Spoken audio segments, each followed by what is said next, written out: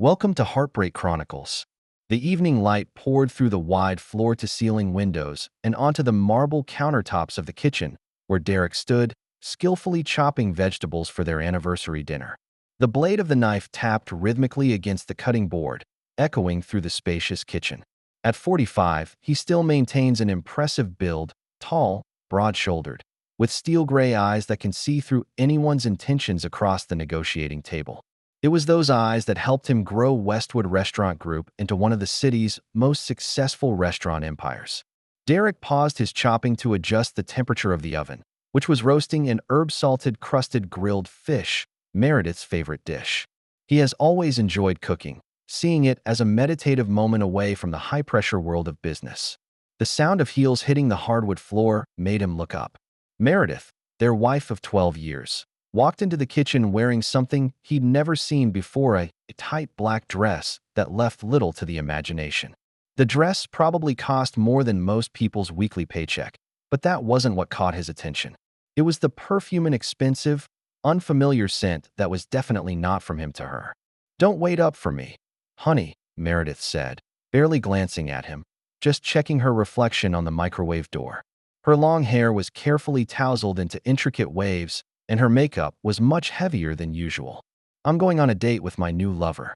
Derek's hand tightens on the handle of the knife, but his movements remain composed as he places the knife next to the cutting board.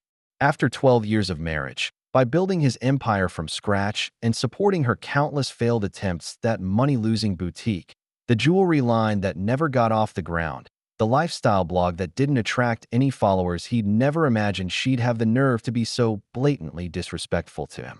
"What is this nonsense?"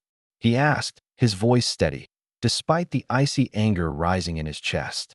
His words carry the same quiet majesty that once made competitors flinch and partners follow. "You're not going anywhere." Meredith laughed, a laugh that was sharp and mocking in the sophisticated kitchen. "Oh, I'm sorry, but I promised Fernando a wild night." She reapplied her lipstick and pouted at her reflection. "He's been waiting very patiently for me to tell you about us."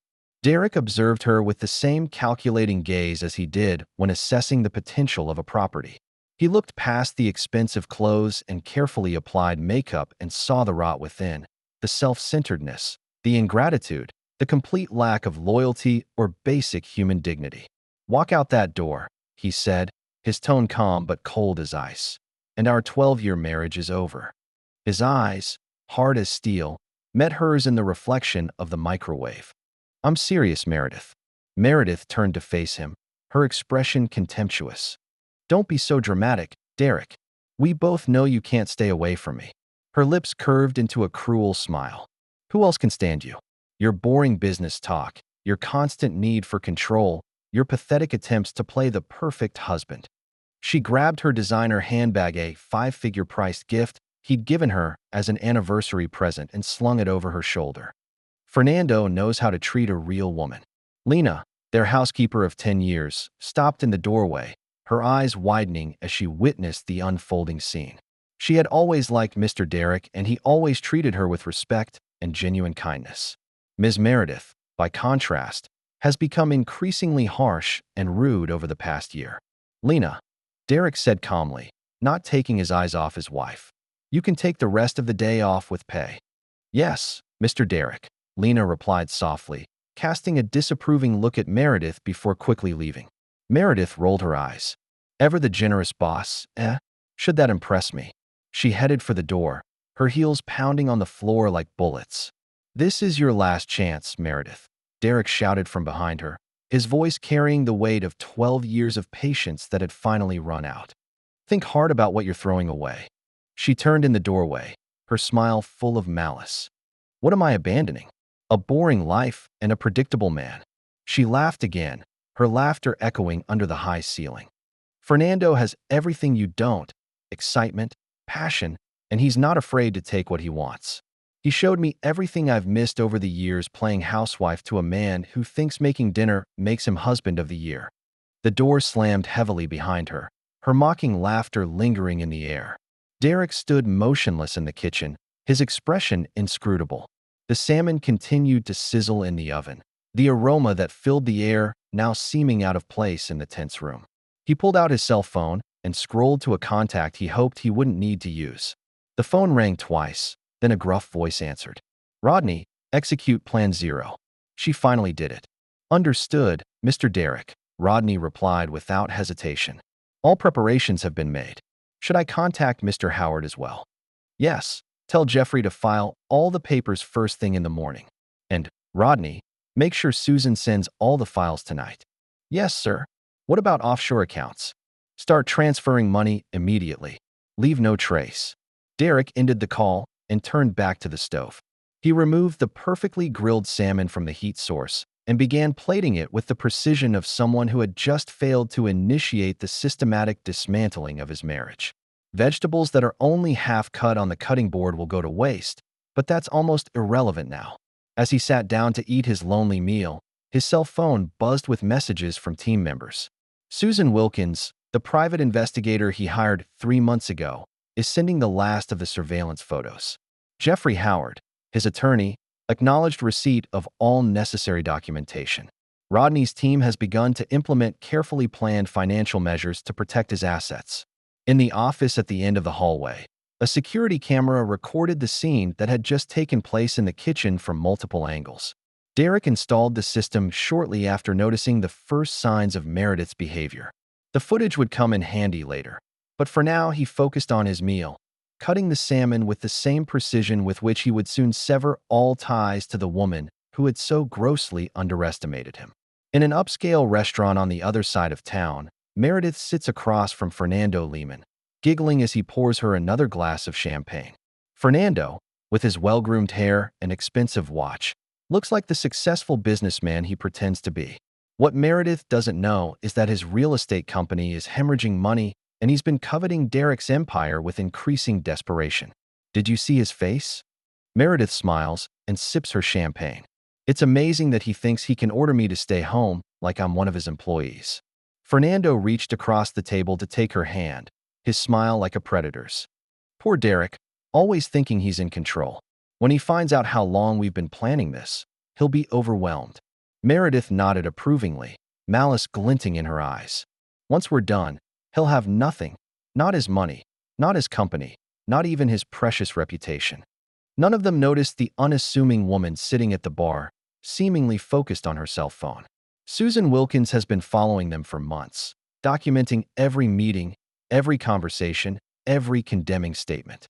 She snapped another photo of the couple and sent it to Derek with a short message: "Target meeting confirmed. Audio recording in progress." Back at the apartment, Derek had finished dinner and moved to his home office. A wall of monitors displays a variety of information sources, security camera feeds, progress on financial transactions, email exchanges between team members. He sat back in his leather chair and watched as his carefully prepared plan began to unfold. A knock on the door interrupted his thoughts. "Come in."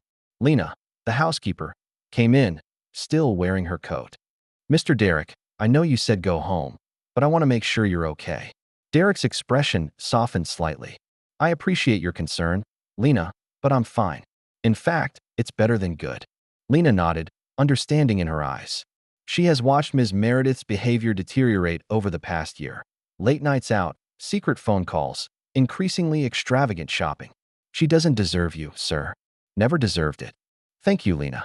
There will be some changes next. I want you to take a week's vacation with pay. Of course, when you come back, things will be different." After Lena leaves, Derek turns back to his monitor. A new email from Jeffrey caught his attention. Divorce papers were prepared, including evidence of adultery and financial misconduct. Another message from Rodney confirms that the offshore transfers are going ahead as planned. Derek allowed himself a small smile as he watched the various parts fall into place. Meredith calls him predictable, boring, and weak. She mistook his patience for passivity, his planning for predictability, his self-control for weakness. Soon she would learn the cost of that mistake. His cell phone vibrated with another message from Susan. Target and companion are discussing plans to access joint accounts tomorrow morning. The audio recording is attached.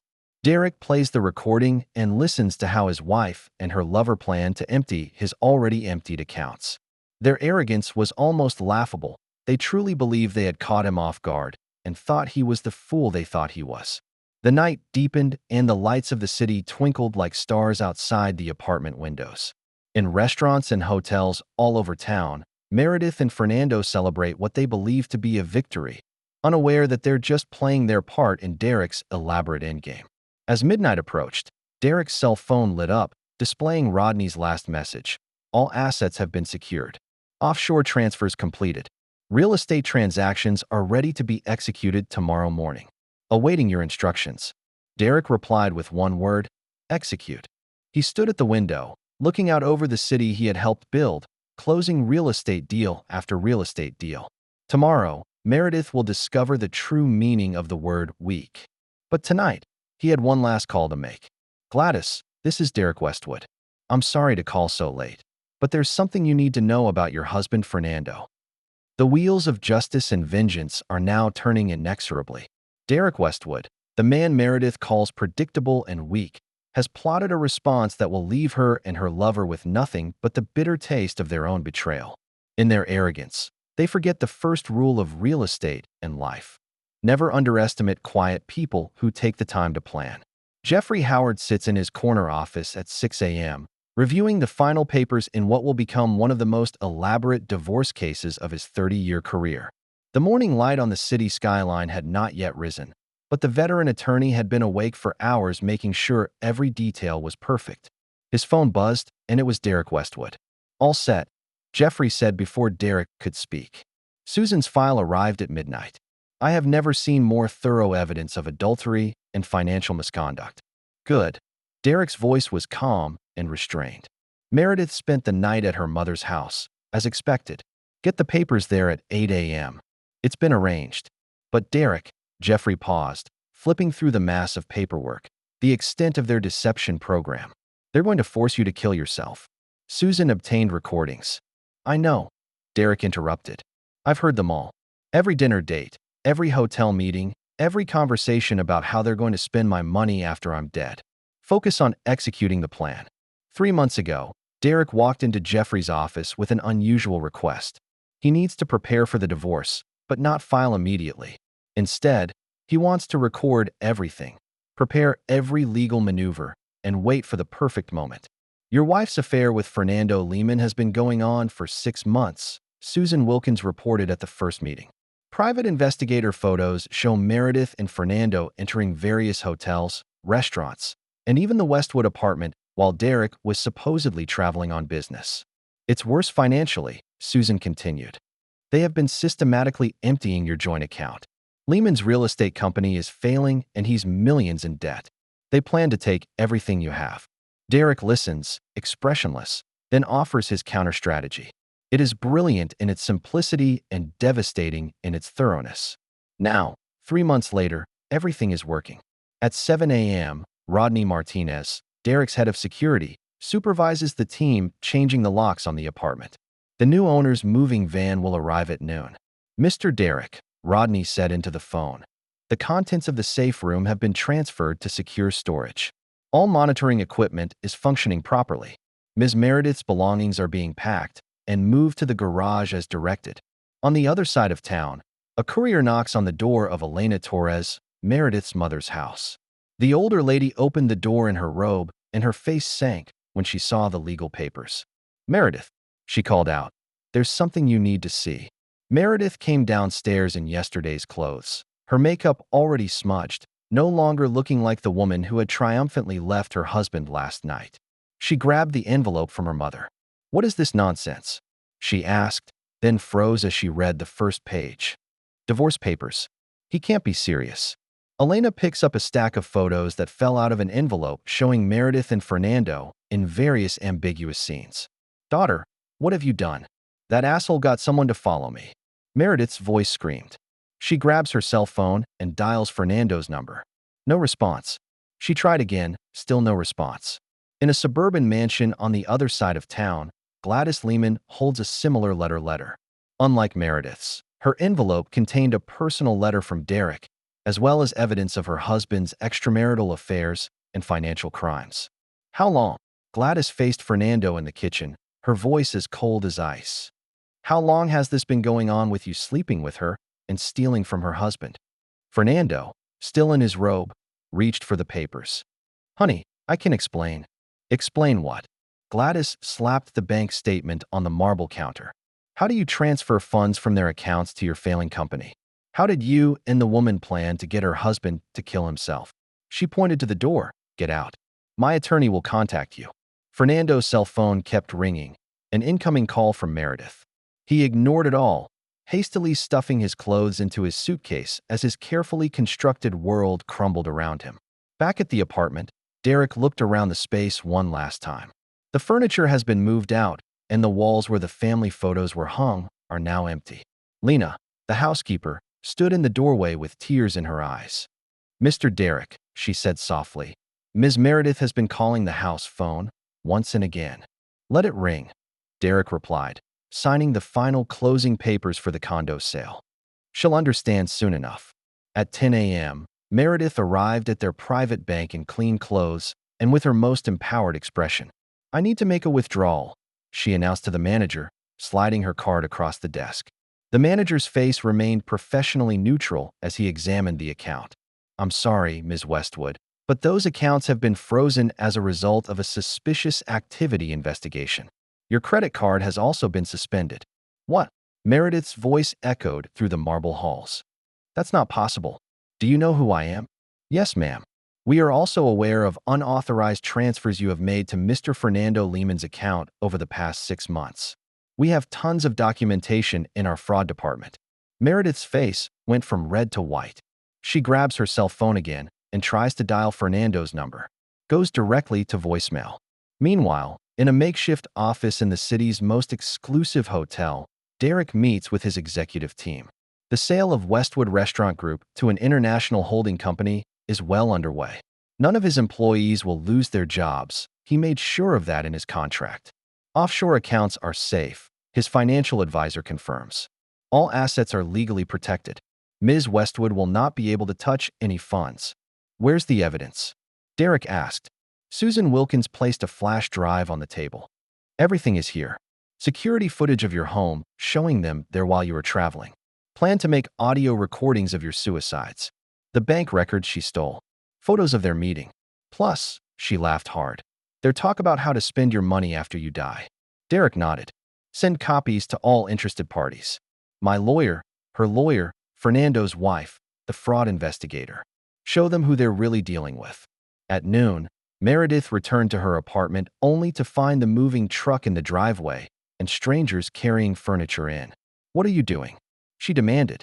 This is my home. A man in an expensive suit approached her and handed over the papers.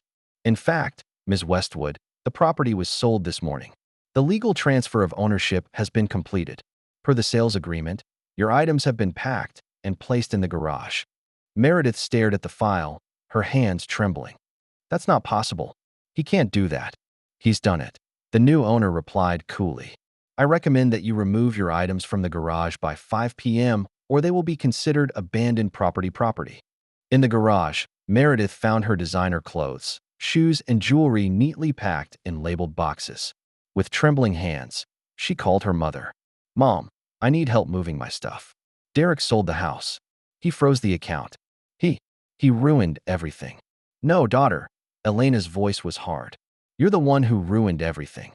Those recordings they sent me, the plan was to drive him to suicide and take his money. I raised you better than that. But Mom, no. You made your choice last night. Now you have to face the consequences. The call is over. Meredith collapsed to her knees in her designer life suitcase as her cell phone continued to send out notifications. Her credit card was declined, her joint account was emptied, and her access to Derek's business account was terminated. She tried Fernando's phone again, and this time he answered. Don't call me again, he snapped. It's over. Gladys knows everything. I'm trying to save my marriage. Save your marriage? Meredith screamed. What about our plan? Where's the money? The money's gone, Meredith. Derek is 3 steps ahead of us. The whole time. My company is under investigation for fraud. Gladys wants to divorce me. I lost everything. But you said you loved me. Fernando's laugh is bitter. Love? We're using each other, you know. I want his money, you want excitement. Well, congratulations on getting your kicks. I hope it was worth it. The line is broken. At sunset, Meredith managed to move her belongings to a storage unit, paying for it with her mother's credit card. She checked into an ordinary hotel, the only one she could afford right now, and finally opened the full divorce papers. The evidence was overwhelming photographs, videos, audio recordings, bank statements. Every meeting with Fernando documented, every cruel comment about Derek captured, every stolen dollar traced. Her cell phone vibrated with a message from her best friend. "I heard the recording. How could you plan for him to kill himself? Don't contact me again." Similar messages followed, each receiving evidence of her betrayal. Her carefully cultivated social circle is fading fast, as is her visit to Derek's fortune. From his hotel suite, Derek and his team review the day's events. Everything went according to plan. The house was sold, the account was secured, the evidence was distributed, and his business was transferred. The first stage of his disappearance is complete. "Sir," Rodney reported, "Ms. Westwood is at the Grand Hotel. Mr. Lehman at his club. His wife has changed the locks. All their movements are under surveillance." "Good," Derek replied. "Keep watch, but keep your distance. Let them experience the consequences of their choices." Jeffrey Howard arrived with updated legal documents. Given the documented adultery and financial misconduct, the judge was appropriately appalled by the evidence. Meredith will get nothing. Her attorney has called to discuss a settlement. "There is no settlement." Derek's voice was firm. "She won't get anything, except what's in those boxes. Let her suffer the consequences of her choices." Susan Wilkins added to her report, "Fernando's company is facing a fraud investigation. His wife's family has cut off financial support. He has nothing to offer Meredith now, even if he wanted to." Derek stood in front of his hotel window, looking out over the city he had conquered and was about to leave. "They think I'm weak," he said quietly. "They mistake patience for weakness and planning for passivity. Now they understand the difference." In her hotel room, Meredith stared at her reflection in the bathroom mirror. Last night's expensive dress was wrinkled and her makeup was smudged by tears. Her cell phone was silent. No call from Fernando, no response to her desperate message to her friends. The woman who left her marriage so confidently last night, so sure of her power, so certain of her victory, is gone. In its place was someone who finally understood what she had abandoned. She had called Derek weak, calling him predictable and boring. Now she understood that he had been playing chess while she and Fernando were playing checkers. Every step is calculated, every reaction is planned, every consequence is expected. Her cell phone vibrated for the last time, a message from an unknown number. She opens it and finds a video, security footage from their home, showing her and Fernando laughing at Derek, taunting him, planning his destruction. Below the video is a simple message: "You mistake kindness for weakness. That was your first mistake." The sun sets on a changed city. In his hotel suite, Derek makes plans for the next phase of his life. In her budget room, Meredith confronts her new reality. And somewhere in between, Fernando Lehman discovered that karma has a particularly rigorous accounting system. The second phase of Derek's plan would begin at dawn, but for now, he allowed himself a moment of satisfaction. They thought he was weak, predictable, and easily destroyed. They never suspected that the man they underestimated had been recording their betrayal, preparing his response, waiting for the perfect moment to strike. Ultimately, it wasn't Derek who destroyed Meredith and Fernando. It was their own arrogance, greed, and cruelty that did it. He simply stepped back and let them fall into the trap he had constructed. Charlie Ross prides himself on being the best private investigator in the city. In a 20-year career, he never failed to find purpose, but Derek Westwood proved to be his white whale. "I'm sorry, Ms. Westwood," Charlie said, watching Meredith pace around his cramped office, 3 months after Derek disappeared. Every clue turned cold. His business was sold to Maxwell Holdings, but it was a maze of shell companies. His phone has been disconnected, his email account closed, and his credit card canceled. "This man is like a ghost." "This can't be right," Meredith snapped, slamming her hand down on his desk, her designer dress now looking worn out. "He's got to be somewhere. No one just disappears." Charlie pulled up his research on his laptop. Mr. Westwood sold Westwood Restaurant Group for an undisclosed amount. The new owners retained all of their employees but had no contact with him. His attorney, Jeffrey Howard, handles everything through an automated system. The bank account has been emptied and closed. The property has been sold or transferred. The digital footprint has been erased. Look harder, Meredith's voice softened. I pay you a lot of money. With what money, Ms. Westwood? Charlie asked quietly. Your last check bounced. Meredith's face scrunched up. Her access to the joint account has long since disappeared, and her credit card is no longer useful. She has been forced to live in a studio apartment paid for by her increasingly reluctant mother. I'll think of something. Just find him. But Charlie has decided that this will be their last meeting. He'd seen divorce get ugly before, but this was different. Derek Westwood's methodical approach to disappearing demonstrates long-term planning and resources beyond what Meredith could match. On the other side of town, in her demoted surroundings, Meredith returns to her small apartment. The walls where paintings once hung are now empty. The furniture is secondhand, and her cell phone is no longer the latest model. The phone vibrated with a message from Fernando. Stop calling. Gladys won't help you find Derek. It's over. Meredith threw her cell phone across the room. Fernando had crawled back to his wife 2 months ago, leaving Meredith alone to face the consequences of their behavior. Gladys, after initial shock, agrees to a settlement on the condition that Fernando cuts off all contact with his ex-lover. The laptop on the desk beeped to indicate that an email had been received. Unknown sender. Subject line, look at what you've lost. With trembling hands, she clicked on the video attachment. The image was crystal clear, security camera footage from her former home. She was the one who brought Fernando into the house while Derek was supposedly on a business trip. The timestamps showed dozens of such visits over a 6-month period. But what brought her to her knees was the audio. Poor, predictable Derek, her own voice scoffed from the speakers. Always so restrained and boring. He really thinks I love him. Fernando's laugh joins hers. He's such an idiot. Once we push him over the edge, it'll all be ours. A few more months of mental torture made him think he was losing his mind. The perfect suicide scene. No one would suspect anything, Meredith chimed in. We would look like grieving widows and supportive friends trying to help him through his depression. The footage continues, showing meeting after meeting, conspiracy after conspiracy, their casual cruelty toward the man they plan to destroy, all captured in high definition. The last clip is different. Derek sits in his home office, looking straight into the camera. You think I'm weak, Meredith. You mistake kindness for weakness and loyalty for stupidity.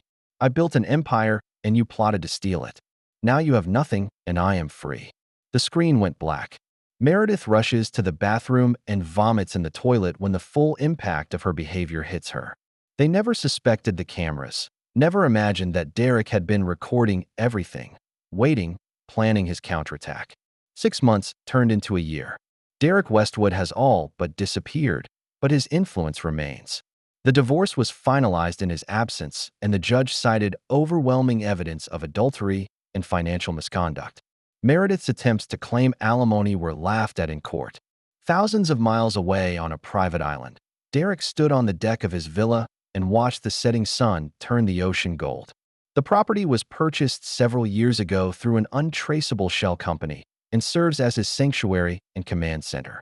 Latest report, sir, his assistant said, placing a tablet on the teak table. New developments in Singapore have exceeded expectations. The London office wants to expand. Derek nods, scanning the numbers. His new ventures, run through a series of offshore companies, are thriving. The same skills that built his first empire served him well in creating his second. And the other thing? The assistant pulled up another screen. Ms. Westwood lost her apartment last week, currently living at her mother's house. Mr. Lehman's attempt to restart his business failed. No one seems to want to work with him after the fraud investigation. He and Mrs. Lehman have moved to a small house in the suburbs. Their social circle completely collapsed. The video evidence you posted demonstrates their true nature. No one wants to be associated with people who plan to make people commit suicide for money. Derek smiles and sips his whiskey.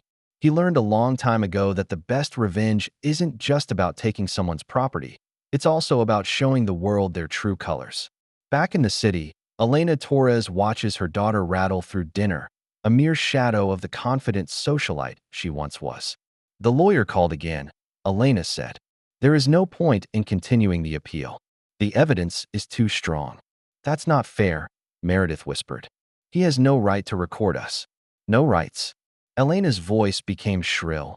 You bring your lover into his home, plan his death, steal his money, and now you talk about rights? I didn't mean to. Yes, you are. Every word on the recording, you did it on purpose.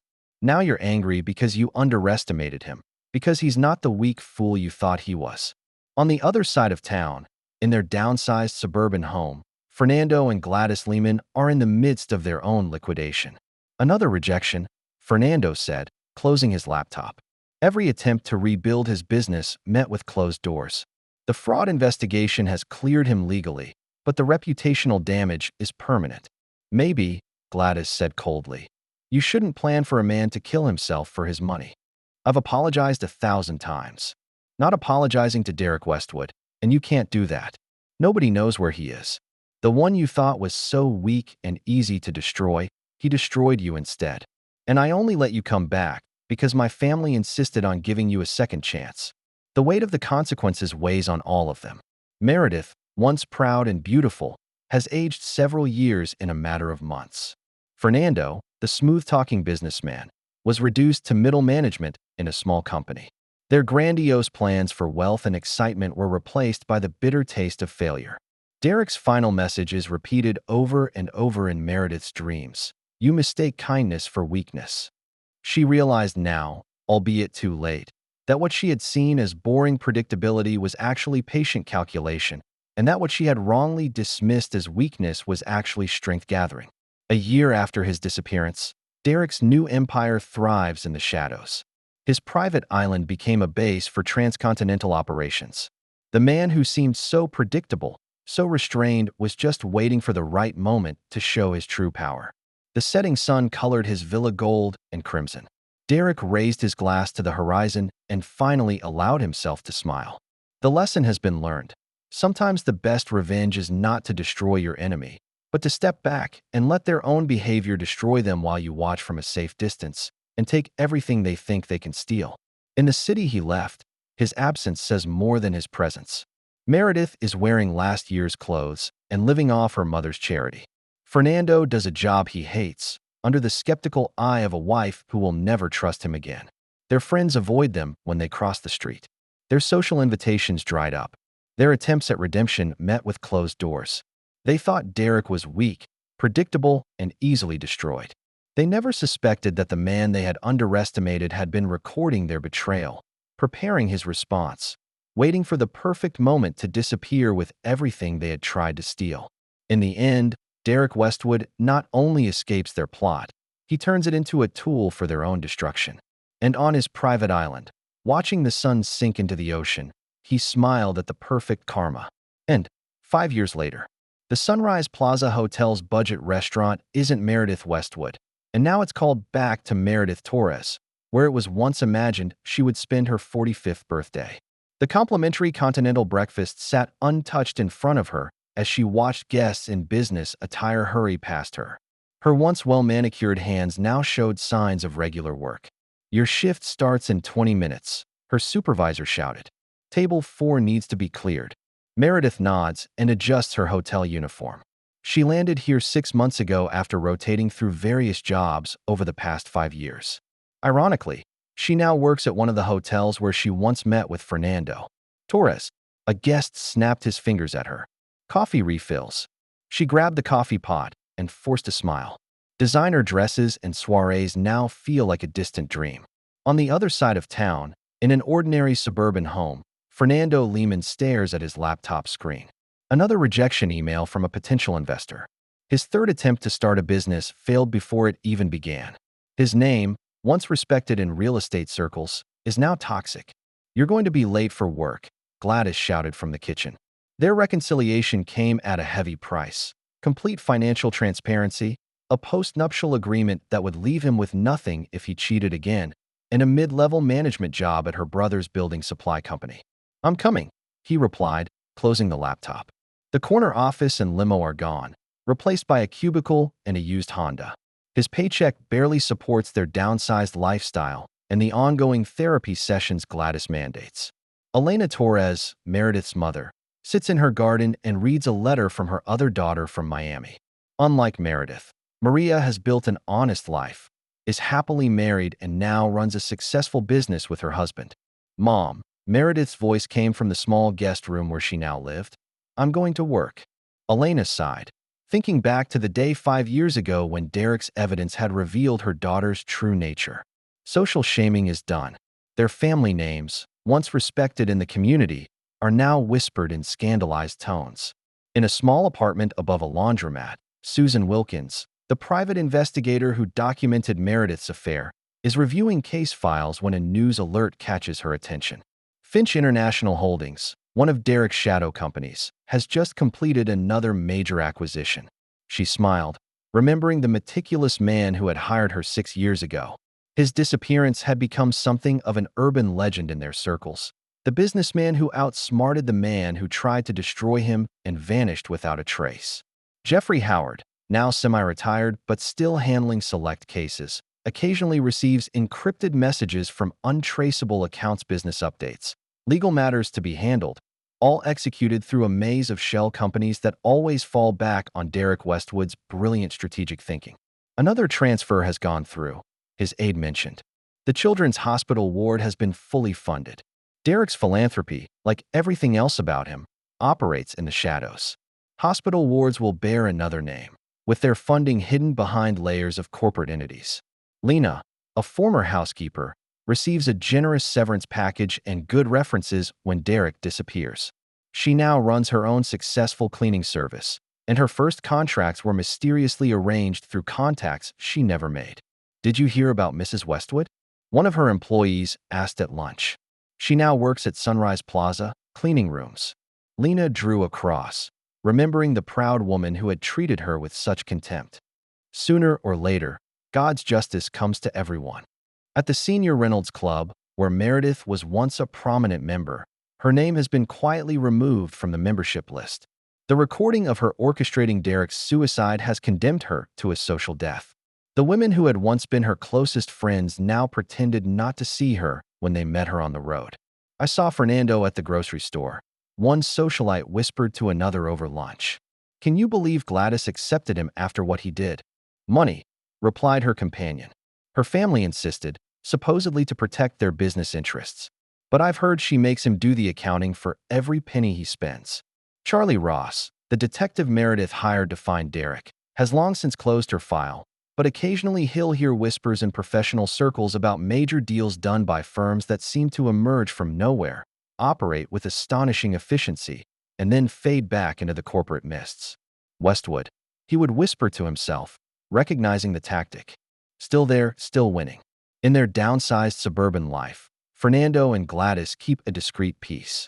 Their weekly therapy sessions reveal the full extent of his character flaws: narcissism, financial manipulation, endless lies. How's work? Gladys asked mechanically when Fernando got home. It's okay, he replied, hanging up his jacket, no longer a designer label, but ready to wear bought at a department store. Their conversation was polite, sanitized, and lacked the enthusiasm he claimed to have found with Meredith.